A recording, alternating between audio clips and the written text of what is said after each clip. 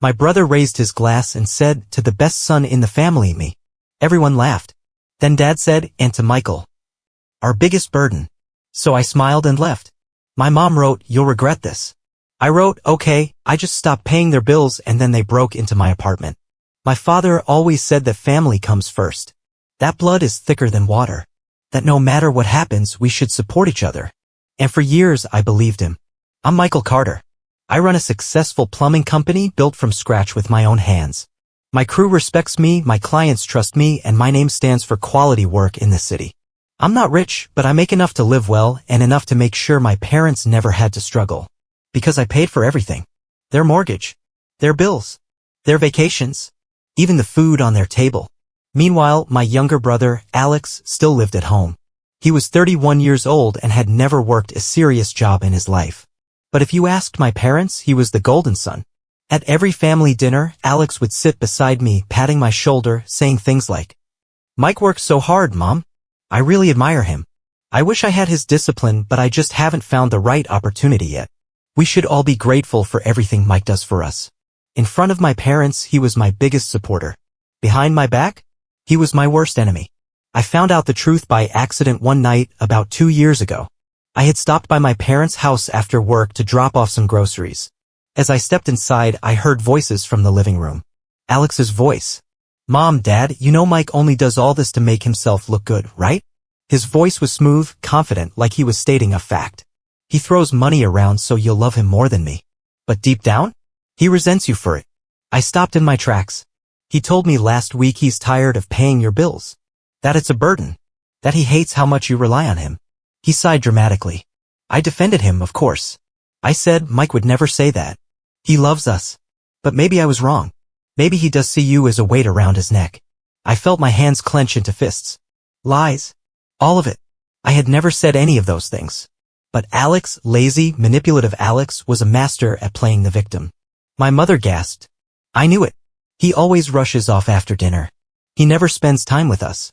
"Exactly," Alex said. "And when he does come by, he acts like he's some kind of hero for paying the bills. Like we should be grateful." "Ungrateful little," my father muttered something I couldn't hear. I stepped forward, ready to march into the room and expose Alex for the snake he was. But then I stopped myself. Because I realized something. If I walked in now, they wouldn't believe me. Alex had been poisoning their minds against me for years. Always playing the humble, struggling son. Always making sure they saw him as the good one and me as the selfish one. I took a step back. Then another. And I left. I never told Alex I had heard that conversation. I wanted to see how far he would go. And over the next 2 years, I watched it happen. Every time I paid for something, Alex twisted it. Mike just wants control. Every time I didn't visit, Mike doesn't really care about us. Every time I gave them money, Mike thinks he can buy your love. And my parents? They ate it up. Until the night they finally showed me exactly what I was worth to them. The celebration that wasn't mine. The dining room was packed with relatives, the air thick with laughter, the clinking of glasses, and the rich scent of roasted lamb. It was my mother's birthday, and I had, of course, paid for everything, the catering, the decorations, even the new dress she was wearing. I stood at the edge of the room, sipping my beer, exhausted from a long day at work, but content to see her happy. Then came the toast. "To our wonderful son, Alex," my father announced, raising his glass. "For being the pride of this family, for always being there when we need him." A round of applause. My beer glass froze at my lips. "Alex?" I looked at my brother, sprawled lazily in his chair, a cocky grin on his face. He caught my eye and winked. And that was the moment I knew. He had one. He had spent years twisting the truth, manipulating them, rewriting history in his favor. And now in their eyes I was nothing. "And to you, Michael," my mother added suddenly, turning toward me with a sweet smile. For being here." Laughter rippled through the room. For a moment I thought I had misheard her. "Here's to Michael." Alex smirked, lifting his glass. "Our little burden." More laughter. A burden. That's what I was to them. Not the son who had kept them afloat all these years. Not the man who had sacrificed his own comfort so they could live well. Just a burden. I set my glass down carefully. My hands were shaking. And for the first time in my life, I didn't swallow it down. I didn't make excuses for them. I didn't pretend it didn't hurt. Instead, I stood up, pulled my coat from the back of my chair, and walked out. I didn't say a word. Behind me, the laughter faded. The music kept playing. No one followed me. By the time I reached my truck, the cold air biting my face, I knew one thing for certain. I was done. That night, I made 2 phone calls. The first was to my landlord. I'm moving out, I said. I'll be gone by the weekend. The second was to my bank. I need to change all my account details. Every single one. Because as of that moment, my parents weren't my problem anymore. The first few days after moving out felt unreal. I had spent years surrounded by noise, my mother calling to ask for just a little more money, my father sighing about overdue bills, my brother lounging around like a king while I worked 12-hour days. But now in my new apartment, there was nothing but silence. Too much silence. I sat on my couch, staring at the unopened boxes around me. This was supposed to feel good. This was supposed to be freedom. Then why did I feel so uneasy? For the first time in my life, I wasn't responsible for anyone but myself. No one was asking me for anything. No one was guilt-tripping me into paying for something. And yet, deep down, I felt something stirring, a nagging voice in the back of my mind. How long before they come looking for you? I didn't have to wait long to find out. The next morning, my phone exploded with missed calls and messages. Mom, where are you? Why are you ignoring us? Dad, this is ridiculous. Pick up the phone. Alex, dude, what is wrong with you? I ignored them all. Then, in the afternoon, a different kind of message arrived. Bank notification, unusual login attempt detected. I frowned. A moment later, another message appeared. Your password has been changed successfully. What? A cold chill ran down my spine. I immediately called the bank, my heart pounding. Sir, did you authorize a login from a new device today? The bank representative asked. No. And you didn't request a password reset? Absolutely not. A long pause. Then, Sir, someone attempted to access your account from an unfamiliar location. We've locked your online banking for now. You'll need to visit a branch to reset everything. I closed my eyes and exhaled slowly. I knew exactly who was behind this. Alex. It wasn't enough for him that I had been paying for everything our whole lives. Now that I had finally cut them off, he was trying to take what wasn't his. But what truly shocked me wasn't the fact that he had done this. It was the fact that he actually thought he'd get away with it. That evening, I drove to my parents' house, a storm of emotions raging inside me. Anger, disbelief, and something else I didn't want to admit. Hurt. Because deep down, I still held onto the ridiculous hope that maybe, just maybe, my parents would finally see Alex for what he was. That they would finally open their eyes and realize that he had been manipulating them for years. That they would defend me, the son who had been taking care of them all this time. I should have known better. As I stepped inside, there was Alex, lounging on the couch, scrolling through his phone like nothing had happened. He looked up, smirking. Hey, man. Thought you were dead. I didn't answer. I just tossed my phone onto the coffee table, the fraud alert message still glowing on the screen. Alex's smirk twitched. Oh, he said. That? Yeah, I said, my voice calm but cold. That? He leaned back, stretching. Relax, I was just checking something. I took a slow step closer. You were trying to steal from me. He scoffed. Come on, Mike. Don't be so dramatic. It's not like you ever said you wouldn't keep helping out. You just walked away expecting us to figure things out. What did you think was gonna happen? I just stared at him. His confidence. His arrogance. The way he acted like he was the victim here. Did he even believe what he was saying? Before I could respond, my mother stormed into the room. There you are, she snapped, her face red. Do you have any idea what you've done? I turned toward her, but she was already charging ahead. Your father's blood pressure has been through the roof. I had to cancel my hair appointment because I was so stressed. And Alex, she gestured dramatically at my brother, has been trying to keep everything together while you've been off sulking. I blinked. Trying to keep everything together? Does she even hear herself? Trying to keep everything together? I repeated, my voice quiet. By hacking into my bank account? She waved a hand dismissively. Oh, don't be ridiculous. Alex was just trying to see if you were still part of this family. I stared at her, feeling my stomach drop. They knew. They knew what Alex had done. And they didn't care. I looked between them, trying to make sense of it. How? How can they not see through him? How can they not see what he's doing? How can they be so blind? I had spent my whole life believing that if I just worked harder, if I just gave more, if I just proved myself enough, they would finally see the truth. But now? Now I understood something that should have been obvious years ago. They weren't blind. They just chose to believe Alex over me. No matter what I did. No matter how much I sacrificed. No matter how much I gave. Alex could do no wrong in their eyes. And me? I was nothing more than a tool to them. A resource. A bank account. A burden. That was the moment something inside me snapped. The final goodbye. I turned toward the door. Where do you think you're going? My mother demanded. I didn't look back. You don't get to just walk away, she yelled. We're your family. I stopped. And in the calmest voice I had ever used, I said, no. You were my obligation. And I just canceled it. Silence. For the first time, even Alex had nothing to say. I stepped outside, feeling the cold night air hit my face. For years, I had let them control me. Let them guilt me into believing that I owed them something. But now? Now I was done. And no matter what they tried next, because I knew they would try something, I wasn't coming back. I had cut them off. I had moved out. I had made it clear that I was done. But they weren't. The calls turned to threats. For the first few days, the calls and messages didn't stop. Mom, Michael, this is not how a son behaves. We need to talk. Dad, come home now. Enough of this nonsense. Alex, dude, you're being ridiculous. Just come over and let's fix this. I ignored every single one. Then the tone changed. Mom, do you really want to abandon your family? After everything we did for you? Dad, you think you're so independent? Let's see how long that lasts when you have no one left. Alex, you're making a big mistake. If you keep acting like this, don't expect us to be there when you come crawling back. Crawling back? They still didn't get it. They thought this was just some tantrum that I'd get lonely and come running home, wallet in hand. But I wasn't coming back. And that was when things got worse. Strange encounters. One evening, as I walked to my truck after work, I noticed a car parked across the street. It wasn't one I recognized, but something about it felt off. The next day, it was there again. And the next. Different parking spots, but always watching. At first, I thought I was imagining it. Maybe I was just paranoid. Then, one night, I left my apartment late to grab some food. As I stepped outside, I saw a man standing near the corner of the building, pretending to check his phone. When I walked past him, he didn't move. But in the reflection of a store window, I saw him watching me. I turned around. Hey! He looked up startled. Then, without a word, he walked off quickly, disappearing down the street. That's when I knew. This wasn't paranoia. Someone was following me. The private investigator. I didn't have to guess who was behind it. The next morning, I checked my mother's messages. Mom, we just want to know that you're okay.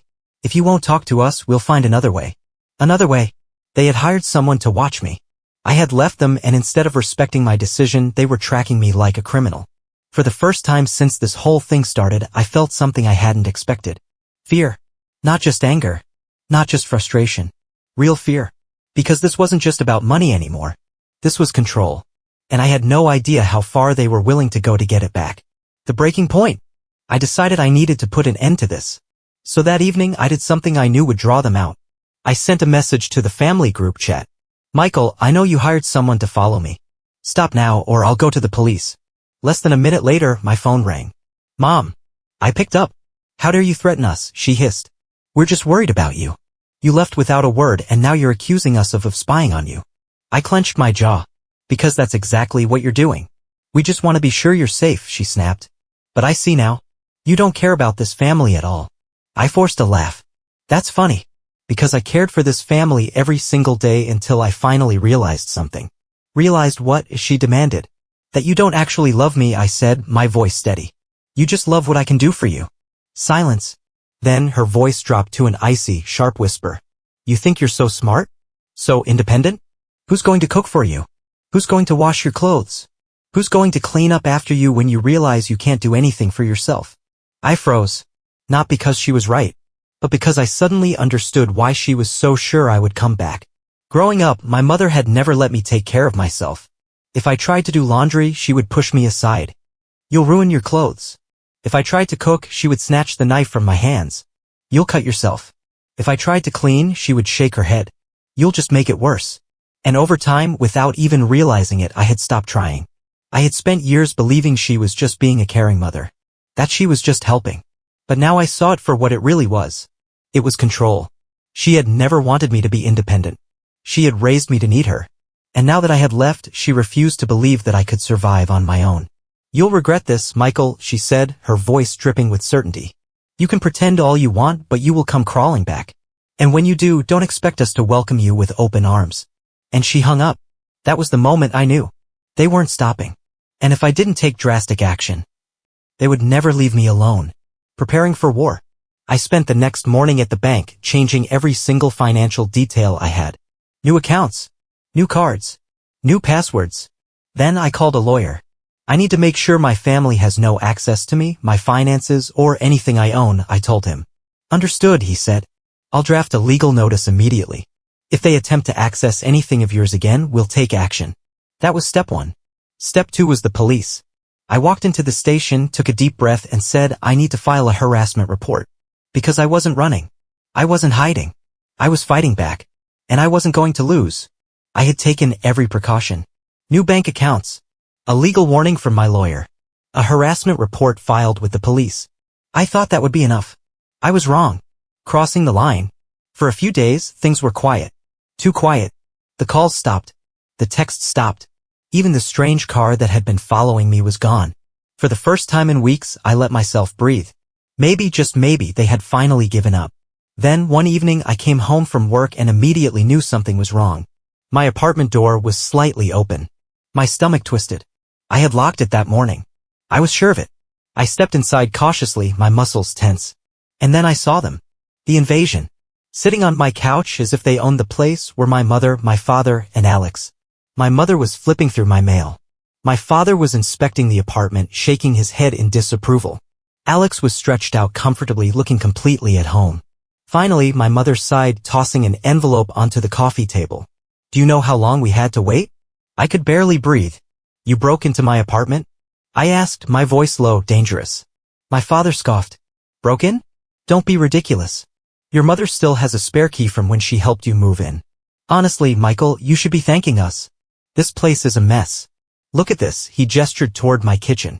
Dirty dishes everywhere. Clothes on the chair. Is this really how you want to live? I couldn't even register his words. My mother smiled as if this was normal. I knew you'd need us, she said. You're not ready to live on your own. You think you can just cut off your family and suddenly be independent? Who's going to take care of you? I took a deep breath, forcing myself to stay calm. You need to leave. Alex laughed. Relax, man. We just came to talk. I turned to him and something in my stare must have made him uneasy because his smirk faded. I'm calling the police, I said. My mother's eyes widened. Michael, don't be dramatic. I pulled out my phone. My father stood up sharply. Enough of this nonsense. You've made your point. Now it's time to come home. I stared at him. Home. You've had your little rebellion, he said, his voice firm. Now it's time to grow up. You're coming back with us and this foolishness ends now. I almost laughed. They really thought they could force me back? I held up my phone. You have exactly 10 seconds to leave before I call the cops. Silence. Then my mother's face twisted in anger. You're going to call the police on your own family, she hissed. You stopped being my family the moment you broke into my home, I said coldly. She stood up, shaking with rage. After everything we've done for you? You ungrateful, selfish child. Done for me? I let out a bitter laugh. You mean raising me to serve this family? You mean using me as a bank? You mean never seeing me as anything other than a tool? Her face flushed. We sacrificed for you. We gave you a home. A family. You gave me a prison, I said. She took a step closer, her voice sharp as a blade. And what happens when you fail, Michael? Because you will fail. You don't know how to live without us. You're going to crawl back one day, begging for help, and when that day comes. I hit dial. The moment she heard the ringing, her face paled. You're really doing this, Alex muttered, standing up. For the first time, he actually looked nervous. My father's jaw clenched. Enough, he muttered, grabbing my mother's arm. Let's go. But she wasn't done. You think you've won? She spat. You think you can just erase us from your life? I met her gaze. Watch me. And with that they left. The aftermath. The police arrived 20 minutes later. I told them everything. The stalking. The break-in. The threats. They took my statement, checked my locks, and warned me to stay alert. Do you want to press charges? The officer asked. I hesitated. Part of me wanted to. But another part of me just wanted them gone. For now, just a restraining order, I said. Because this wasn't about revenge. This was about finally ending it. And as I locked my door that night, truly alone for the first time, I felt something I had never felt before. Peace. It had been 6 months since that night. 6 months since I called the police. Since I changed my locks, my phone number, my life. 6 months since I had any contact with my family. And for the first time in years, I felt like I could finally breathe. Freedom tastes like coffee and silence. I sat in my office, sipping my morning coffee as I went through the day's schedule. My plumbing business was thriving, more clients, bigger contracts, and for the first time, I was thinking about expanding. My team respected me. My clients valued my work. And the best part? Every single dollar I made was mine. No unexpected bills from my parents. No demands for help.